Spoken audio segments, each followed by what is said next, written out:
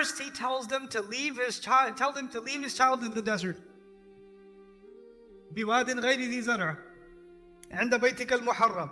He's telling him to abandon his child, something he experienced when he was a child, and no doubt he must have promised himself, I will never abandon my child. And Allah says, but what if I tell you to? Do it. That's bad enough. But the second one's worse. His father tried to kill him. Throw him in a fire. And Allah shows him in a dream multiple times, what should you do with your own child? Kill your child. And now he's being tested with that.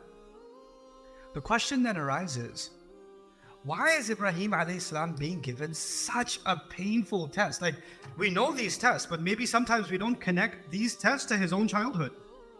His own childhood had the opposite. He was the receiving end of these tests. And now he has to repeat them? And Allah is telling him to repeat them? This is a terribly, terribly difficult test. So a couple of things that I want to help you understand, and I'll add one more curious question to this problem.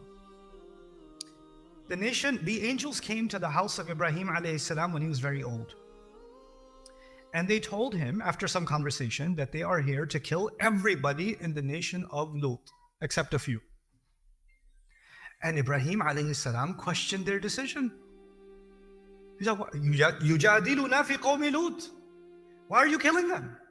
And there's a back and forth. Like, this is the same Ibrahim alayhi salam. Allah says about him, إِذْ قَالَ لَهُ رَبُّهُ أَسْلِمْ قَالَ أَسْلَمْتُ. When Allah said to him, surrender, every time Allah says to him, surrender, he surrenders. But when the angels came and said, we're going to kill everybody in the nation of Lut, he didn't surrender.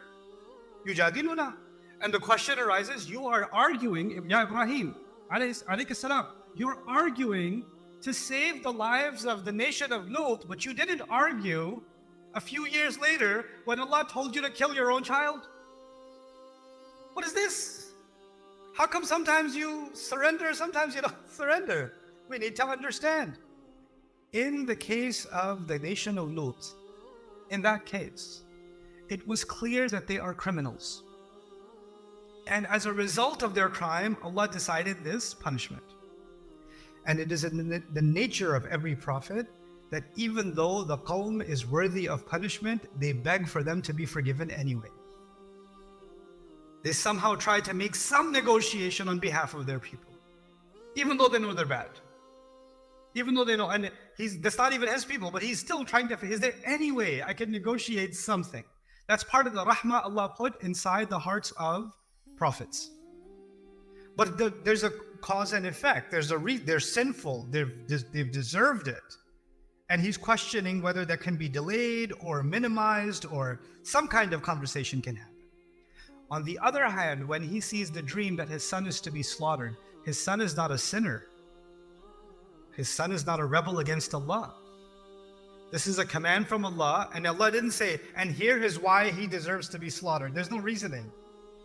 Some commandments of Allah, Allah gives reason. Some commandments of Allah, Allah gives no reason. When Allah gives no reason, there's no room to negotiate. There's no room to ask questions. And he understands that. He gets it right away. But that still doesn't answer the question, why give Ibrahim alayhi salam such unthinkable kinds of tests? Actually, this is where we depart, and it's similar, but it's actually so profoundly different from the Christian tradition. In the Christian tradition, Jesus gets tortured and killed so that the followers of Jesus, their sins are paid for. Right? So the blood of Jesus paid for his followers' sins. That's the idea, right? It's not quite that idea, but it's actually quite a profound transformation of that idea. Ibrahim alayhi salam was given tests in his life that no other prophet was ever given. No prophet was told to kill their child. No prophet was told to himself jump into a fire willingly. Allow himself to be thrown into a fire. If that would come for any other prophet, there would be hijrah before then. Before they're ready to come and take you and throw you into a fire, Allah would tell that prophet, migrate, get away. Like Musa alayhi salam, they were ready to kill him. Make hijrah before that. Not with Ibrahim alayhi salam, I'm going to let you be thrown into the fire. I'm going to let you be thrown. No prophet is told, leave your family. And The only time a prophet is told to leave their family is when they're among the kuffar, like the wife of Nuh and the wife of Lut. This is unique to Ibrahim alayhi salam. No other prophet, to make a point, breaks idols. Even if there was false religion in the nation of Salih or the nation of Shuaib, other nations, they didn't go break the temple's idols to make a point. Nobody did da'wah like this. No other prophet in the Quran made da'wah by pointing at the sun and the moon already and say things like, Hada Rabbi, Hada Akbar, La uhibbul afilin. This kind of demonstration, this must be God, this is bigger. Oh, this one must be God, this is bigger. Just to demonstrate how silly that religion was. No prophet did this before him. The way he makes his case, the way that he is tested, the way that Allah put him through his seerah is like no other prophet. Not before him, not after him. He's in a unique position and no other prophet by himself, alayhi salam, was called an ummah.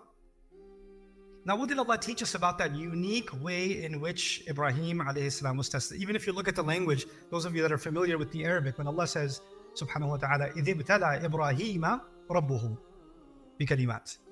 Allah could have said, إِذِ ابْتَلَى رَبُّهُ إِبْرَاهِيمَ. Right? But Allah says, إِذِ ابْتَلَى إِبْرَاهِيمَ مُقَدَّم, al-maf'ul muqaddam, رَبُّهُ. As if to say, Ibrahim was tested like nobody else was tested. When Allah especially uniquely tested Ibrahim, his Rabb uniquely tested Ibrahim with certain instructions. And even the word kalimat is not al-kalimat. That would be ma'ruf عند الناس وعند al-anbiya. But it's kalimat. There's some special instructions that are just for Ibrahim alayhi salam. But what is the point of that? The point of that in the Quran seems to be that he will become an example for the children of Ismail that will have the final prophet, Muhammadur Rasulullah sallallahu alaihi wasallam. Why? Because they will look at his legacy and they will learn that if Allah can make those tests easy for Ibrahim, what is he asking us by comparison? Is he asking us to kill our children? Is he asking us to leave our family in the middle of a desert? Is he asking us to jump in a fire? He didn't ask any of those things.